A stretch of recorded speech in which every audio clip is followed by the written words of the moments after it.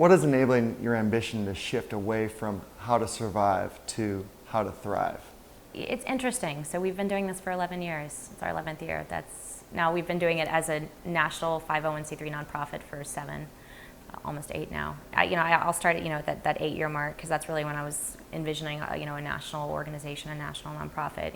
It's you set, especially being as young as I was, you set these insane benchmarks, and so this concept of where would we be in 2011, in my mind, when I was 23, looked very different than where we are now. But what has happened, and what's something I'm really appreciative of, is that we've really done the hard work, and we've really, what we've done with such a limited budget, with such a limited number of staff, through one of the most difficult financial, crisis and times in our life, in the history of this country. Like I have to say, I'm really proud of our team and of our students and of our organization for having been able to last through that.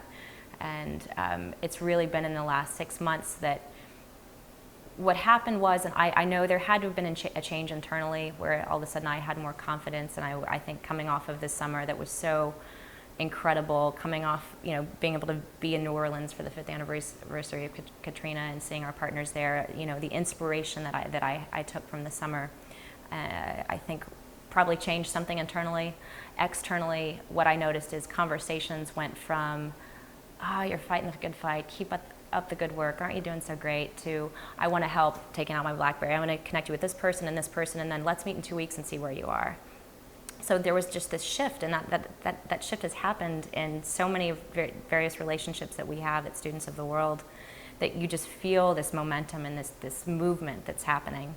And as the space that we live in, which is empowering young people to tell stories of progress through cause-related media, young people have been interested in traveling the world and have increasingly had the capacity and the skills and the knowledge and the equipment to do this work.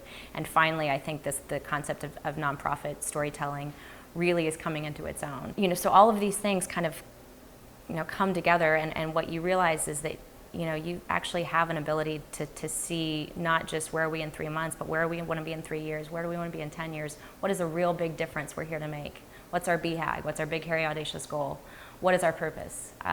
When you're just trying to survive, and you're just trying to pay the rent and pay your employees and get the work done, and you're focused like this, you're not able to think and not able to see long term. And there are moments where you have to be like that, but it's been very exciting to watch sort of our horizons go from here to sort of like this. And like I'm able to now see possibilities where before it was, they weren't necessarily there, or I wasn't seeing them. So it's a combination of a lot of things, but this point where you're between surviving and thriving, it's a very exciting, but it's also a very scary place to be.